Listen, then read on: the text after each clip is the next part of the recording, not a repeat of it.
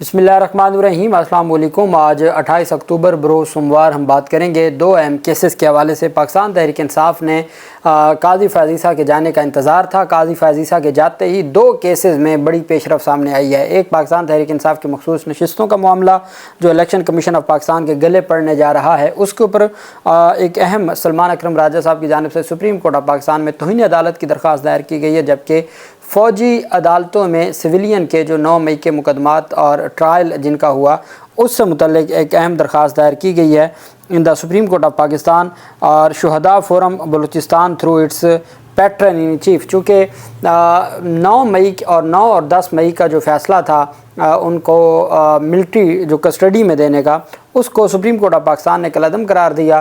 یا افریدی صاحب اس فیصلے کا حصہ تھے۔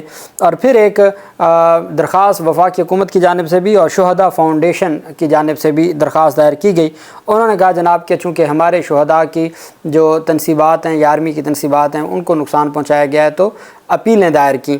ان اپیلوں میں اب یہ درخواست دائر کی ہے application for early hearing on 2nd week of November 2024، brief of case from trial court to impugn orders.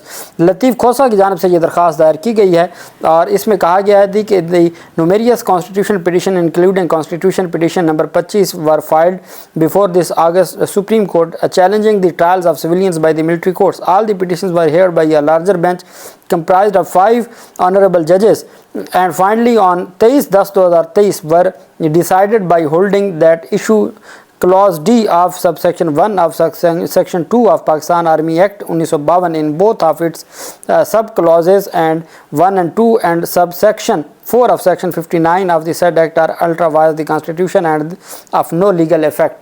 کہ جی سپریم کورٹ آف پاکستان نے فیصلہ دیا، 5 رکنی بینچ تھا۔ یہ جو اس حد تک فیصلہ ہے وہ 4-1 سے آیا تھا۔ جسٹس یحییٰ افریدی صاحب نے جو یہ سیکشنز ہیں جس میں سویلین کا ملٹری ٹرائل ہو سکتا ہے اس کو برقرار رکھا تھا۔ باقی جو 4 ججز تھے انہوں نے اس جو آرمی ایکٹ کے متعلقہ سیکشنز ہیں، دفعات ہیں، ان کو ہی کالعدم قرار دے دیا تھا۔ 4-1 سے اس حد تک فیصلہ آیا۔ دوسرا، مور ever it was further ordered that around 103 persons and all other persons who are now or may at any time be similarly placed in relation in the events arising from and out of 9th and 10th May shall be tried by criminal courts of competent jurisdiction established under the ordinary and special law of the land in relation in such offences of which they may stand accused. It was further held that any section or proceeding under the Army Act in respect of the aforesaid persons or any other person so similarly placed including but not limited to trial by court martial or and would be of no legal effect. The intra-court appeals bearing number 5 to 25 are filed and the matter came up before larger bench of this August Supreme Court of 6 honorable judges۔ اچھا 6 ججز تھے جن میں سے 5 ججز نے کہا کہ آرمی ایکٹ کی وہ جو دفعات ہیں ان کو کالعدم قرار دیا جاتا ہے جس کے تحت کسی بھی سویلین کا ملٹری ٹرائل ہو سکتا ہے، جبکہ 9 اور 10 مئی کے ملزمان کا ملٹری ٹرائل نہیں ہو سکتا اور اس ملٹری ٹرائل کو کالعدم قرار دیا۔ وہ 6 کے 6 ججز تھے، اس میں یحییٰ افریدی صاحب بھی تھے۔ 13 دسمبر 2012 کو جو ہے وہ یہ دائر ہوئی۔ Notices were issued to the respondents and it was further ordered that case may be fixed by the office in the 3rd week of January 2024۔ In the same order the operation of the judgment impugned therein was suspended۔ کہ جی 13 دسمبر کو جو اپیلوں میں جو bench تھا سردار طارق مسعود کی سربراہی میں، انہوں نے جو نیچے آپریشن تھا اس کو سسپینڈ کر دیا۔ آپریشن سسپینڈ کرنے کے بعد ساتھ ہی انہوں نے آرڈر کیا کہ جی آپ ٹرائل جاری رکھیں لیکن فائنل ججمنٹ نہ دیں۔ اب اندازہ لگائیں، دسمبر 2023 میں اسٹے آرڈر جاری ہوا، اکتوبر گزر گیا ہے، پورا 1 سال تو اسی پروسیس میں گزر گیا ہے، اور وہ جو 9 مئی سے گرفتار ہیں ان کو 1.5 سال سے زائد کا عرصہ ہو گیا اور ابھی تک ان کا اناؤنس ہی نہیں ہوا، ان کی سزا اناؤنس ہی نہیں ہوئی، ٹرائل کمپلیٹ ہو چکے ہیں۔ یہی وجہ ہے کہ انہوں نے کہا جناب والا کہ 13/12/2023 کو جو اسٹے آرڈر جاری کیا اور ساتھ نوٹس جاری کیے اور ساتھ کہا جی کہ اس کو جنوری کے پہلے ہفتے میں فکس کیا جائے گا، وہ کیس نہیں لگا۔ اندازہ لگائیں کتنا عرصہ اس کیس کو قاضی نے دبا کے رکھا اور وہ کیس نہ لگا۔ پھر اب جو معاملہ ہے لطیف کوسا نے یہ ارلی ہیئرنگ کی درخواست دی ہے کہ حضور والا ہمارا کیس سماعت کے لیے مقرر کریں اور اس کو میرٹ کے اوپر ڈیسائیڈ کریں.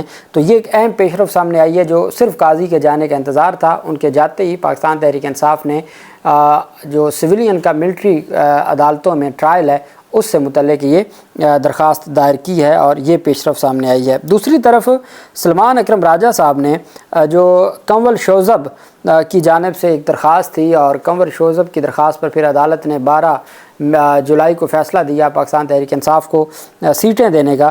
اس میں سکندر سلطان راجہ، نثار احمد درانی، شاہ محمد جتوئی، بابر حسین بھروانہ اور جسٹس ریٹائرڈ اکرام اللہ خان چیف الیکشن کمشنر اور تمام ممبران الیکشن کمیشن کے خلاف کنٹیمپٹ اپلیکیشن انڈر آرڈر جو ہے اس کا پورا حوالہ دیا گیا جو سپریم کورٹ کا مختلف ایکٹ ہیں، اور ساتھ اس میں کہا گیا ہے کہ جی جو آئین پاکستان کا آرٹیکل ہے 204 اس کے تحت کارروائی کی جائے اور کنٹیمپٹ آف کورٹ کی کارروائی شروع کی جائے. یہ درخواست دائر کی گئی ہے.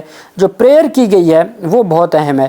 سلمان اکرم راجہ صاحب نے لکھا کہ جو سپریم کورٹ آف پاکستان نے 12 جولائی کو فیصلہ دیا، پھر انہوں نے ایک وضاحت جاری کی، پھر تفصیلی فیصلہ دیا، پھر وضاحت جاری کی، اس کے باوجود اس پر عمل درآمد نہیں ہوا.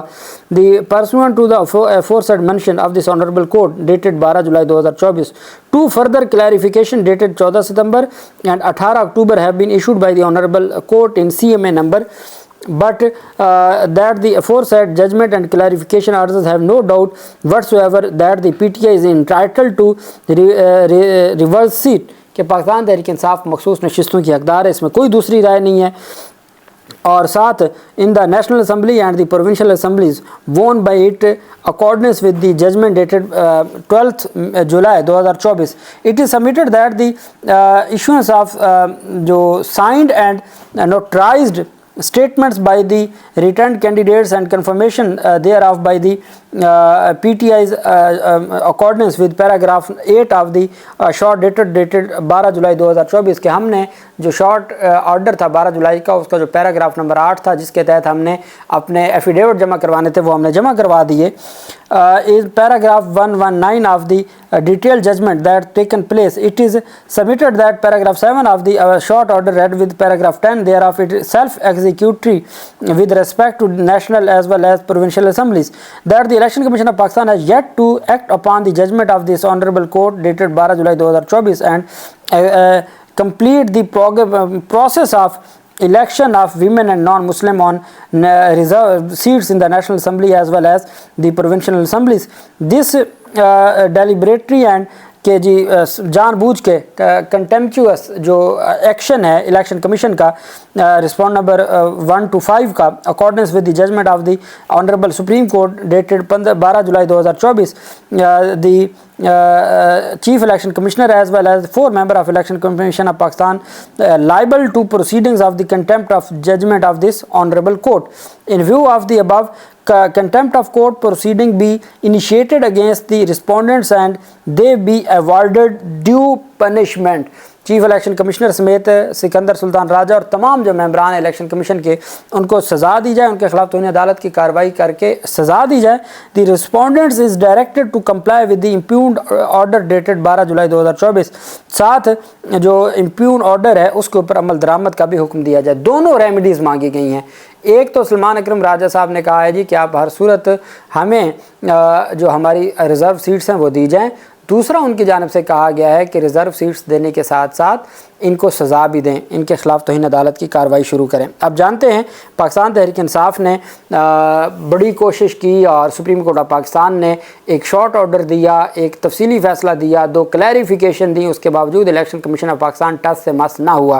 الیکشن کمیشن نے تفصیلی فیصلے پر ذرائع کی خبر دی، کہا کہ جی ہم ایک آئینی ادارہ ہیں اور سپریم کورٹ کا جو تفصیلی فیصلہ ہے یا جو ان کے ریمارکس ہے وہ مناسب نہیں ہیں اور ہم ریویو کا حق محفوظ رکھتے ہیں. پھر انہوں نے قاضی فیضی صاحب نے ان کے حق میں ایک فیصلہ دیا. قاضی فیضی صاحب نے کہا جی کہ ضروری نہیں ہے کہ آپ عمل درآمد کریں. پہلے امین الدین خان اور نعیم اختر افغان صاحب بھی کہہ چکے ہیں کہ جی ضروری نہیں ہے کہ آپ عمل درآمد کریں. ان تمام چیزوں کو مد نظر رکھتے ہوئے پاکستان تحریک انصاف اس انتظار میں تھی، چونکہ اہم کیس تھے ملٹری کورٹس والا اور مخصوص نشستوں والا، کہ کسی طریقے سے قاضی کا وقت گزر جائے اور پھر اس کے بعد وہ اس سارے معاملے کو اٹھائیں. اب قاضی فیاض عیسیٰ کے جانے کے بعد پہلا ورکنگ ڈے تھا نئے چیف جسٹس کا، آج پہلا ورکنگ ڈے تھا اور پاکستان تحریک انصاف کی پٹیشنز تیار تھیں. ایک ارلی ہیئرنگ کی درخواست ہے اور اس ارلی ہیئرنگ میں لطیف کھوسہ نے A to Z تمام تفصیلات دے دی ہیں کہ کب کب ہمارے ساتھ کیا ہوتا رہا ہے.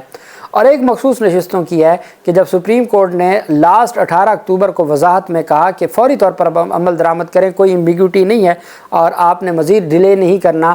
آج 28 اکتوبر ہو گئی، 10 دن گزر گئے ہیں، اس کے باوجود عمل درآمد نہیں کیا اور اس دوران انہوں نے آئینی ترمیم بھی کروا لی اور سارا کچھ کروا لیا. تو یہ معاملہ چونکہ ذرائع کی جانب سے آج یہ بھی اب آپ اندازہ لگائیں، قاضی فیاض عیسیٰ کا جو فیصلہ تھا ایڈ ہاک ججز کا اپوائنٹمنٹ کا، آج ایڈ ہاک ججز کو فل کورٹ میں نہیں بٹھایا گیا. دوسرا جو منصور علی شاہ کی محنت تھی جو کیس مینجمنٹ کے حوالے سے اور جس کو قاضی فیاض عیسیٰ نے دبا کے رکھا تھا، آج قاضی جسٹس منصور علی شاہ کا ہی جو کیس مینجمنٹ پلان ہے اس پر تمام ججز نے اس کو توثیق کرتے ہوئے اس پر عمل درآمد کا حکم دے دیا ہے. تو اب تو ہر طرف منصور علی شاہ ہو رہا ہے چونکہ انہوں نے ڈرائیونگ سیٹ سنبھال لی ہے اور جو ان کا ویژن تھا وہ اس کے اوپر عمل درآمد شروع ہو گیا ہے. اور اب حکومت کے بھی جو آخری ان کے دن ہیں وہ شروع ہو چکے ہیں اور الیکشن کمیشن آف پاکستان کے بہت انہوں نے ٹیز کیا پورے نظام کو اور اب اس کے اوپر آپ دیکھیے گا کہ یہ معاملہ کس طرف جاتا ہے. اللہ پاک پاکستان کا ہمیں ناصر ہو. بہت شکریہ. اللہ حافظ. پاکستان زندہ باد.